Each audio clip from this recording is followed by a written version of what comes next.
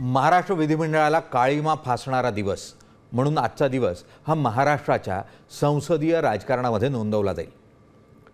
ज्या विधिमंडळाच्या सदस्यांना कायदा करण्यासाठी म्हणून निवडून दिलंय त्यांचेच कार्यकर्ते उघडपणे विधिमंडळातच कायदा मोडताय अशा स्वरूपाचे चित्र पाहायला मिळाले।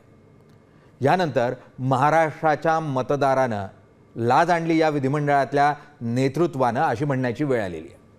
मुळात का म्हणून हा प्रकार घडला, का म्हणून ही परिस्थिती महाराष्ट्रात तयार झाली आहे, या घटनेमध्ये ज्यांचे कार्यकर्ते सहभागी होते त्यापैकी एक स्वतः जितेंद्र आव्हाड आपल्याबरोबर आहेत। आमदार जितेंद्र आव्हाड आहेत, आपण त्यांच्याशी संवाद साधूयात आणि जाणून घेण्याचा प्रयत्न करूयात की का म्हणून ही परिस्थिती निर्माण झाली। जितेंद्र आव्हाडजी, मी खरं तर आता स्वागत करावं करू नये, मुळात स्वागत करण्यासारखी गोष्टच नाही आहे, म्हणजे तुमचं स्वागत करत नाही मी या कार्यक्रमामध्ये, कारण अत्यंत निंदनीय महाराष्ट्राच्या संसदीय इतिहासाला काळीमा फासणारा असा दिवस म्हणून आजचा दिवस नोंदवला जाईल। ज्या स्वरूपाचं चित्र समोर आलेलं आहे अत्यंत अशोभनीय अशा स्वरूपाचं आहे। काय म्हणता, तुमचाही कार्यकर्ता होता त्यात?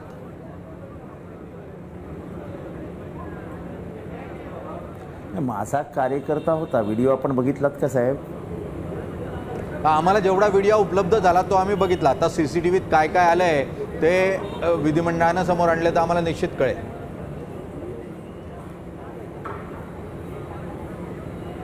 चार माणसं त्याच्या अंगावर धावून गेली, त्याला मारला।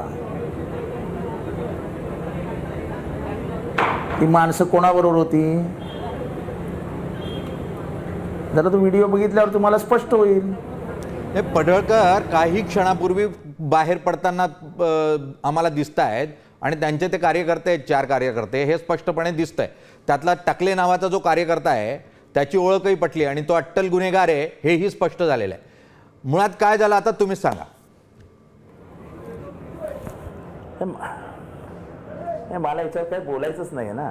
जर मकोकाचे आरोपी आपल्याबरोबर येणार असतील आणि प्लॅन करून हे सगळं करणार असतील आणि मला हे स्पष्ट दिसत होतं गेले 4 दिवस की माझ्याकडे एक बघण्याचा नजर बदललेली होती। काही जण माझ्याकडे वरखाली बघायची, सगळं मी बघत होतो। मी असं हसण्यावरून केलं। मी माझं भाषण विधानसभेतला संपवलं आणि अत्यंत घाईघाईने मी पटकन उतरलो आणि काय माहीत देवाने काय लिहिलेलं, मी येऊन माझ्या गाडीत बसलो आणि बाहेर पडलो आणि मी बाहेर पडल्या नितीन देशमुखवर हल्ला झाला। म्हणजे याचा अर्थ मी न सापडल्यामुळे बिचाऱ्या नितीनने मार खाल्ला। खरा मार मलाच खायचा होता। पण ह्या कार्यकर्त्यांना ज्या स्वरूपामध्ये ते कार्यकर्ते पडळकरांचे कार्यकर्ते, मी तुम्हाला म्हटलं की ते अट्टल गुन्हेगार आहे। टकले MPDA कायद्याअंतर्गत 2016 साली त्यांच्यावर कार्यवाही झालेली आहे। MPDA कायदा म्हणजे काय तर झोपडपट्टी दादा किंवा व्यसनं आणि हातभट्टी यांचा जो प्रकार चालवतात असे कार्यकर्ते, जे समाज विघातक आहे असा कार्यकर्ता म्हणून या टकलेवर कारवाई झालेली आहे। पोलीस दरबारी तिची नोंद आहे। अगदी निश्चितपणे असे कार्यकर्ते विधिमंडळात येणं अत्यंत धोकादायक, म्हणजे यांना कार्यकर्ता म्हणावे की नाही अशीच परिस्थिती आहे। पण या परिस्थितीमध्ये आता विधिमंडळात तुम्ही सातत्याने अध्यक्षांना भेटताय, व्हिडिओमध्ये CCTVचा व्हिडिओ पाहिल्यानंतर अध्यक्षांची काय प्रतिक्रिया होती?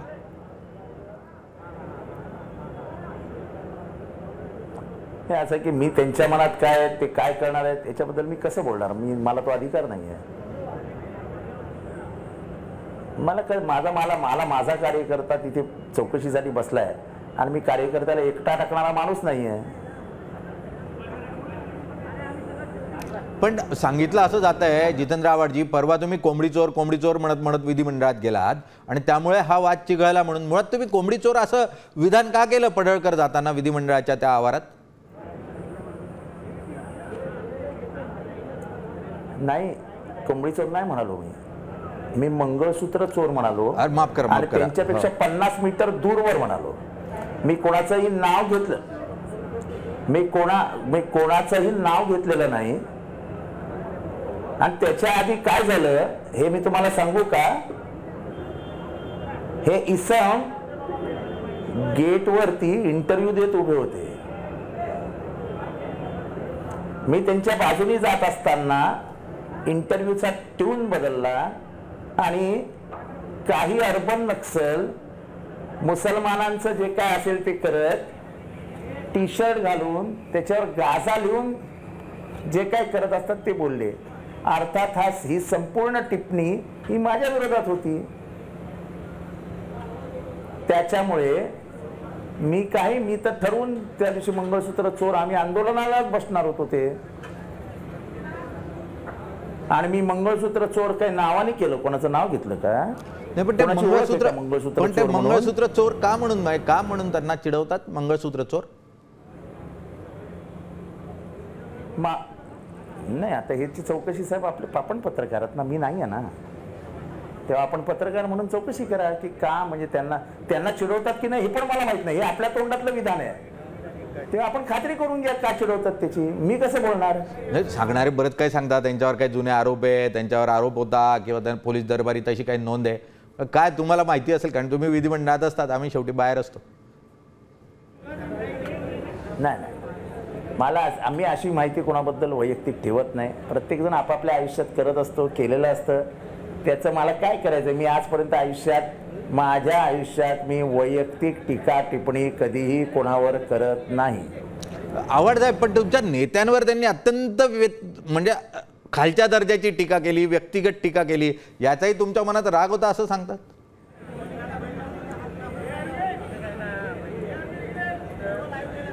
राग तर होता ना, साहेबांवरती घाणेरड्या पातळीवर टीका करायची, सुप्रिया त्यांच्या फॅमिलीवरती टीका करायची. काय त्यांच्या नवऱ्याचा संबंध राजकारणाशी, काय त्यांच्या सासूचा संबंध राजकारणाशी, काय आमच्या म्हणजे साहेबांच्या पत्नीचा म्हणजे वहिनींचा काय संबंध राजकारणाशी. पण ते संस्कार आहे, अपब्रिंगिंग आहे. अशा वातावरणात मोठा झालेली माणसं काय करतात त्याच्याकडे जास्त लक्ष द्यायचं नसतं. आणि आजपर्यंत मी एवढे वर्ष आहे, मी आजपर्यंत त्या इस्माबद्दल तोंडातनं अक्षरही काढलं नाही कधी.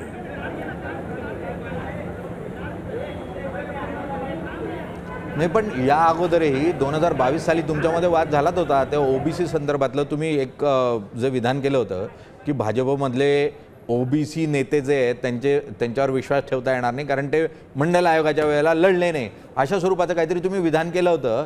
त्यामुळे त्यांची आणि तुमची तेव्हापासूनची थोडंसं राजकीय शत्रुत्व आहे अशा स्वरूपाचं चित्र तयार झालं होतं. म्हणजे आता मी राजकीय विधान पण आम्ही करणं सोडून द्यायचं का? आपलं म्हणणं असेल तर तसा विचार करीन मी आता याच्या. नाही, म्हणजे तुमच्या दोघातला वाद तेव्हापासून तयार झालेला आहे. केला नाही, पण आपण मला सांगा की मंडळ आयोगाला विरोध करणं म्हणजे ओबीसीच्या रिझर्वेशनला विरोध करणं हे नव्हे का?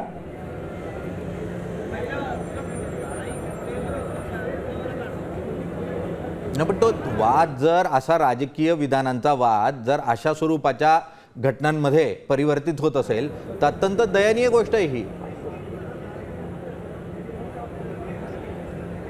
मला त्याच्याबद्दल काही बोलायचं नाही, पण मंडळ आयोगाला ज्यांनी विरोध केला ते ओबीसी साठी अपराधीच आहेत, ते गुन्हेगार आहेत ओबीसीचे. पण आवड साहेब, तुमच्याबद्दलची पण तुमची पण एक नाही, मी तेव्हापासून बोलत आलो. मंडळ आयोगाला कोणी अगदी तुम्ही 2022 साली त्याच्याही अगोदर बोललात, नंतरच्या अनेक कार्यक्रमांमधून तुम्ही बोललेला आहात. पण आवड साहेब, तुमच्याबद्दलची एक प्रतिमा अशी तयार होते की तुम्ही पण गुंडांना पाठीशी घालतात. इतकंच नाही तर तुमच्यावर म्हणजे मधल्या काळातला आता ही घटना झाल्यानंतर लोक सांगतायत की आव्हाडांवर तो आरोप होता, एका अधिकाऱ्याला त्यांनी किंवा एक बिल्डरला त्यांनी बऱ्यापैकी मारझोड केली होती, अशा स्वरूपाचा तुमचाच एक कार्यकर्ता होता, त्याच्या माध्यमातून ती झाली होती. त्यामुळे तुमची प्रतिमा डागाळते असं नाही वाटत तुम्हाला? मला कोण काय बोलतं याच्याशी काही घेणं देणं नाही. मी कुठल्या बिल्डरला मारला असेल आणि तसा पुरावा असेल तर जरूर मला द्या.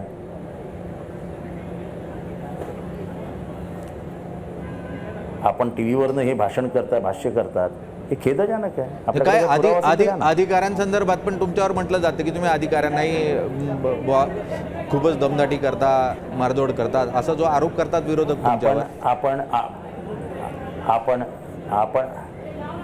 आपण आपल्याकडे काही पुरावा आहे का? आपण जेव्हा असं सार्वत्रिक विधान करताय, काही पुरावा आहे का आपल्याकडे? सोशल मीडियावर बरेच फोटो फिरत आहेत बघा, तुमच्या विरोधकांकडून फिरवले जात आहेत.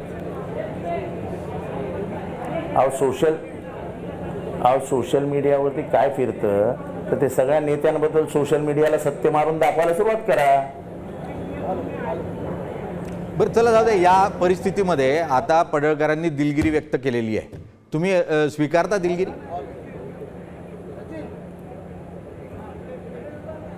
मला काही बोलायचंच नाही या विषयावर, तर मला काही बोलायचंच नाही. आव्हाड साहेब, जी घटना घडली आहे ती अत्यंत निंदनीय आहे. ती कोणाच्या माध्यमातून घडली, काय घडली, अध्यक्षांनी त्याची चौकशी करावी. पण मतदार म्हणून निश्चितपणे आमच्यासाठी अत्यंत लाजिरवाणी गोष्ट आहे की ज्या आमदारांना, ज्या नेतृत्वाला आम्ही निवडून देतो आमचे प्रतिनिधी म्हणून, त्यांच्या माध्यमातून कायदा तयार व्हावा आणि राज्य सुस्थितीत राहावं अशी आम्ही अपेक्षा करतो. आणि त्याच कायदेमंडळात जर अशा पद्धतीच्या घटना घडत असतील तर निश्चितपणे मतदार म्हणून आम्हाला आणि महाराष्ट्राला अत्यंत लाजिरवाणी अशा स्वरूपाची आजची घटना असं म्हणाल काय हरकत नाही. आणि त्यामुळे निश्चितच यातलं सत्य समोर येईल, कोण दोषी आहे त्याच्यावर योग्य दोषीवर कारवाई होईल अशी अपेक्षा करूयात. आणि भविष्यात अशा घटना घडणार नाही अशी ही अपेक्षा करूयात. खूप खूप धन्यवाद आव्हाड साहेब, तुम्ही या चर्चेत सहभागी झाला त्यासाठी. आता isakal.com आहे देशातील नंबर 1 ची मराठी न्यूज वेबसाईट. प्रत्येक अपडेटसाठी isakal.com ला नक्की भेट द्या.